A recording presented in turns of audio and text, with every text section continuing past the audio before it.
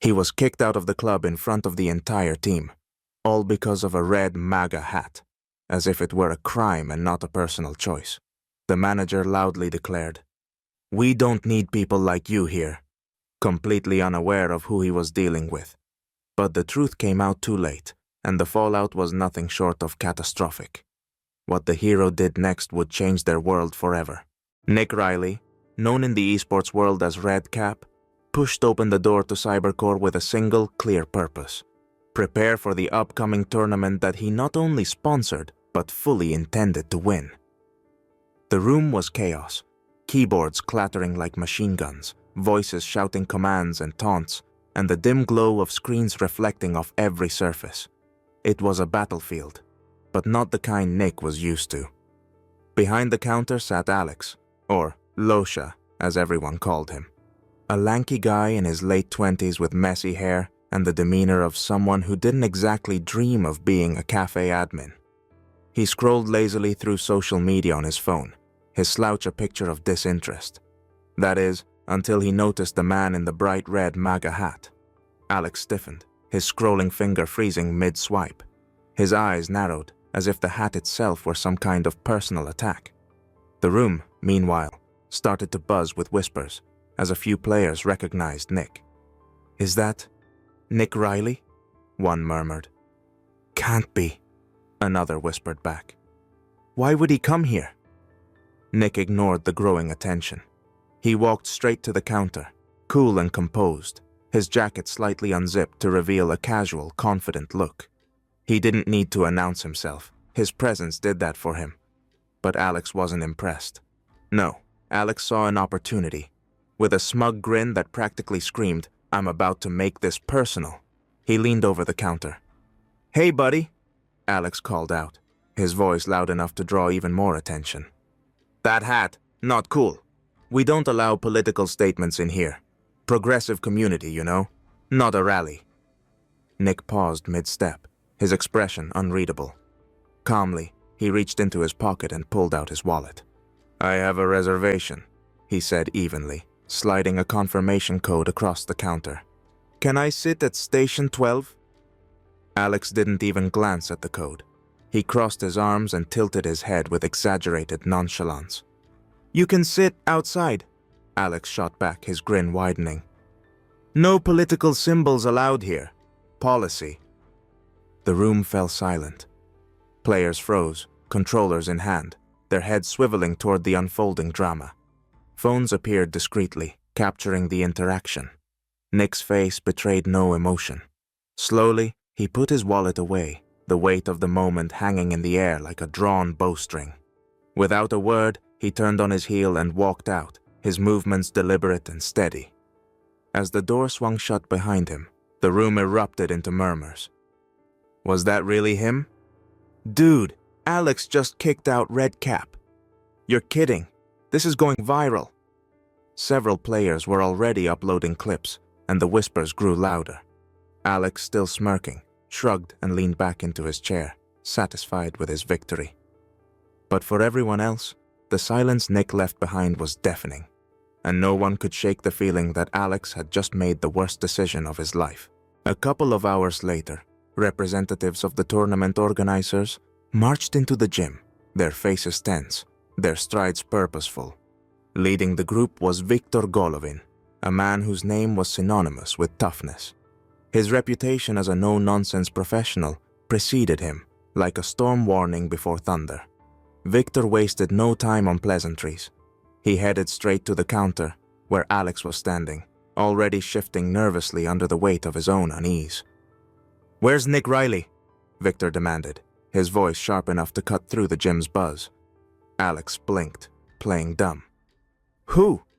Viktor's eyes narrowed, his glare so intense it could have melted steel. "Don't play games with me. Nick Riley, 3-time world champion. The guy who also happens to be our main sponsor. He was supposed to be here for practice." Alex hesitated, fumbling for words. There was this guy with a cap. Kinda weird. I thought..." "You thought?" Viktor's voice rose, echoing off the gym walls. Conversation stopped mid-sentence. Dumbbells clattered as lifters froze, exchanging wide-eyed glances. "You didn't think," Victor continued, his tone dripping with controlled fury. "You've jeopardized the entire tournament with your stupidity." The room fell into an awkward silence. Players exchanged awkward looks, some smirking, others wincing, as Alex's face turned a deep shade of red. His attempt to shrink behind the counter failed spectacularly. I didn't know," Alex stammered, barely able to meet Victor's gaze. "Exactly," Victor snapped. "And that's the problem. You didn't know because you didn't bother to ask. Do you have any idea what kind of storm you've just unleashed?" As if on cue, a gust of wind rattled the gym's windows, almost mocking Alex's misstep. For a second, it looked like Victor might actually grab the poor guy by the collar. Instead, he leaned in closer, his voice dropping to a menacing whisper. "Fix this, now, or you'll be out on the street before you can say, 'Oops.'" Alex swallowed hard, nodding rapidly like a bobblehead. I'll figure it out." "You better," Victor said, straightening up and turning to leave. His departure was as dramatic as his arrival, the door slamming shut behind him. As the tension in the room began to dissipate, a couple of players snickered, their whispers barely audible. "Man, Alex really stepped in it this time," one muttered. "Yeah," another chuckled. "But at least we've got front row seats to this train wreck." Meanwhile, Alex slumped against the counter, muttering to himself. How was I supposed to know? He looked like just another guy. But deep down, Alex knew that wasn't going to be enough to save him. Not from Victor, not from this mess, and certainly not from the storm that was about to hit. The heavy gym door swung open with a dramatic creak, cutting through the stagnant tension that had hung in the air since Victor's earlier tirade. In walked Nick Riley, the man of the hour, or more accurately, the man who was supposed to have been here hours ago. But Nick wasn't alone. Behind him trailed a small entourage of reporters armed with cameras, their lenses already capturing every inch of the scene, and representatives from the tournament's main sponsor, their expressions oscillating between professional neutrality and simmering irritation. The room went silent. Not a single weight was lifted, not a single treadmill whirred. Every set of eyes was locked on the entrance, waiting to see how this unannounced spectacle would unfold. Nick's presence alone was commanding. Dressed in a sleek, tailored tracksuit, his sharp features made sharper by his confident grin. His sunglasses reflected the fluorescent gym lights as he paused to survey the room. The atmosphere shifted palpably. Everyone could feel it. "Well," Nick finally broke the silence, his voice carrying effortlessly across the room. "Are we ready for the tournament or what?" Alex, who had been cowering behind the counter since Victor's earlier outburst, looked as though he might faint. His face drained of what little color it had left, leaving him a perfect match for the stark white walls. Victor was quick to react, striding toward Nick with the practiced confidence of a man who had extinguished countless crises before breakfast. "Nick, listen. About earlier," Victor began, his tone carefully balanced between contrition and control. But Nick held up a hand, cutting him off. "Oh, I already know, Victor," he said with a chuckle, though there was no humor in his eyes. "Your guy over there," he gestured lazily toward Alex, "decided I didn't meet the club's standards." Alex opened his mouth as if to defend himself, but Victor silenced him with a glare that could have stopped a freight train. "It was a misunderstanding," Victor said hurriedly, his words tumbling out in an uncharacteristic rush. "Someone here thought it was their job to filter players, by their hats apparently." Nick raised an eyebrow, clearly amused. "Misunderstanding, huh? That's what we're calling discrimination these days?" He turned slightly, giving the reporters a perfect angle of his raised brow and crooked grin. The room erupted into murmurs, players exchanging wide-eyed glances and hushed comments. A few reporters scribbled furiously in their notepads, while others leaned forward, their cameras capturing every nuance of the moment. "Let's just move past it, Nick," Victor said, his tone bordering on desperation. "We'll make this right." "Oh, we'll move past it," Nick said smoothly, his voice dropping just enough to make everyone in the room lean in unconsciously. but only after one condition is met. "Name it," Victor blurted without hesitation, eager to restore order before the situation spiraled further out of control. Nick didn't even blink. He simply pointed a finger toward Alex. "This guy doesn't work here anymore." The gym erupted. Some clapped, others gasped. The journalist's cameras clicked wildly, capturing Alex's growing panic as he stammered, trying to form coherent words. Wait, please," he began, but it was no use. Nick wasn't done. "I don't care if he flips burgers or organizes shoe racks," he said, his voice slicing through Alex's protest like a scalpel. "But he's not representing this tournament, and he's certainly not representing me." Victor hesitated for a split second, his lips pressed into a thin line. Then he nodded. "Done," he said firmly, signaling to Alex with a curt motion of his hand. The crowd cheered, the sound almost deafening in the confined space. Alex's face was a mask of humiliation as he stumbled out from behind the counter, his departure punctuated by a reporter's camera flash. Nick turned back to Victor, his grin returning, brighter and sharper than ever. "Now that that's handled," he said, clapping Victor on the shoulder, "let's get to work. We've got a tournament to win." As the gym roared to life, the tension dissolved, replaced with a sense of purpose. For Nick, the message was clear. No one, not even a clueless employee, could derail his path. And for Alex, well, his career had just taken a sharp detour, immortalized in headlines that would haunt him for years to come. Alex stumbled out of the gym like a man who'd just been punched in the gut, emotionally, at least. His head hung low, his shoulders slumped, and his steps shuffled against the pavement. If regret had a face, it was his. But Alex's story wasn't destined to end quietly. As the gym door slammed shut behind him, the video of his earlier fiasco with Nick Riley had already begun its meteoric rise on social media. By the time Alex reached the nearest bus stop, his face, frozen in a moment of mortified realization, was plastered across every platform imaginable. The caption? "Anti-Player of the Year." The comments were merciless. "This guy just speedrun ruining his career." "Imagine gatekeeping a 3-time world champ." "Clown behavior." Hashtag "Censor of the Year incoming." Back at the gym, Nick Riley, ever the showman, was capitalizing on the moment. The gym floor had been hastily transformed into an impromptu press conference. A backdrop emblazoned with the tournament logo had been unfurled, and reporters, who had initially come to cover the training, now had an even juicier story on their hands. Nick stood at the podium, a confident smirk playing on his lips. He adjusted the mic and scanned the room. Cameras clicked, pens scribbled, and the room buzzed with anticipation. "Ladies and gentlemen," Nick began, his tone measured yet piercing. "Today was a reminder of what this sport stands for, and what it doesn't." The reporters leaned in, eager for the soundbite of the century. "In esports, the only thing that should matter is skill," Nick continued. "Not your clothes, not your background, not your beliefs, just skill. This is supposed to be a space where anyone, from anywhere, can compete on a level playing field. What happened earlier? That's the opposite of what we're about." A reporter raised her hand. "Nick, do you think incidents like this reflect larger issues in esports?" Nick chuckled, though his eyes flashed with intensity. "Oh, absolutely. We've got too many people trying to play judge and jury when they should be focusing on their own game. And you know what happens to those people?" He paused for effect, the room holding its collective breath.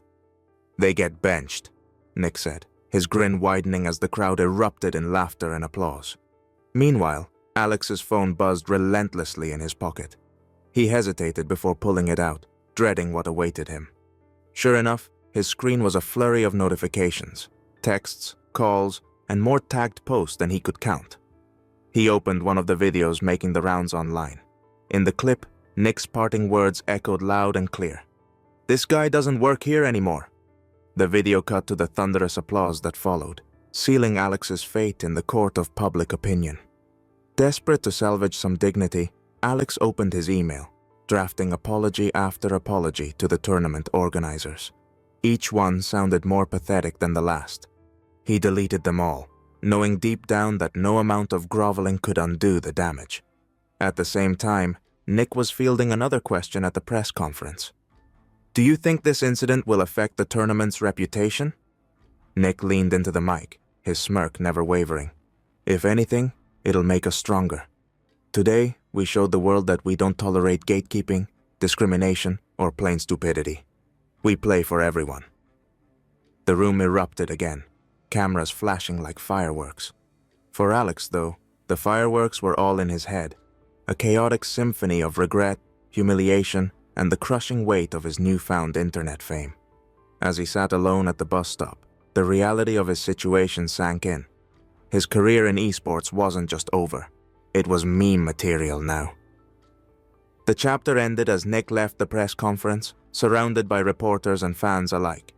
One reporter called out, "Any final words for Alex?" Nick turned, his grin sharp enough to cut glass. "Yeah," he said, pausing just long enough for every mic in the room to catch it. "Good luck finding a new gig. Maybe try gatekeeping a McDonald's drive-thru next time." The crowd roared, and with that, Nick disappeared into the night, leaving a legacy and a lesson that no one would forget anytime soon. The tournament day was electric, with every seat in the arena filled and millions more watching online. The atmosphere buzzed with anticipation, the chatter of fans blending into the hum of high-end gaming rigs. CyberCore Gym, once tarnished by a single incident, had risen like a phoenix from the ashes. The name now stood for unity and skill, a sanctuary for esports enthusiasts who believed in a fair shot for all. Nick Riley, ever the crowd's favorite, stood at the center stage with a headset in one hand and a confident grin. The cheers were deafening as the spotlight landed on him, illuminating his signature style. Sharp yet approachable, the kind of presence that commanded respect without demanding it. "Ladies and gentlemen," Nick's voice boomed through the arena, silencing the roaring crowd. "Today, we're not just here to play. We're here to prove that esports is for everyone." The audience erupted into applause, a sea of glowing wristbands waving in support. In the heart of this celebration was the irony of Alex's downfall. The same video that had cost him his job now lived on as a cautionary tale. A framed still from the viral footage hung on the club's wall, capturing the precise moment his smug arrogance turned to regret. Beneath it, a brass plaque read, "Don't be this guy." Alex's face had become a meme sensation, earning him nicknames like Filter Failure and Gatekeeper Gone Wrong. His notoriety spread far and wide, making him a case study in online blunders. Meanwhile, CyberCore reveled in its newfound fame, and Nick was at the helm, steering the narrative toward inclusivity. The tournament unfolded spectacularly, with players from diverse backgrounds and skill levels battling it out on stage. Each match showcased the very essence of esports: talent, strategy, and sheer determination. The arena pulsed with energy, every victory celebrated with thunderous applause. When Nick finally stepped up for the closing ceremony, the room was electrified with anticipation. He adjusted the mic, letting the crowd's excitement swell before he spoke. "Today," he began, his tone measured and inspiring, "we've shown the world what esports is truly about. It's not about where you come from or what you wear. It's about how you play, how you compete, and how you respect the game and each other." His words resonated deeply, drawing another wave of applause so loud it shook the rafters. Nick let it settle before delivering his final line, the one that would be quoted for years to come. "We're building the future of esports for everyone, because at the end of the day, it's not about the hat on your head, it's about the heart in your game." The crowd erupted, a thunderous ovation of clapping, cheering, and chanting his name. Nick stepped back from the mic, his grin wide as he waved to the crowd. The moment was immortalized in countless streams and social media posts, solidifying his place as not just a champion, but a leader in the industry. As for Alex, he watched from his tiny apartment, where the cheers of the crowd reached him not as applause, but as echoes of a lesson learned too late. His face on the club wall served as both a warning and a reminder. In a world that values skill and fairness, there's no room for bias or stupidity.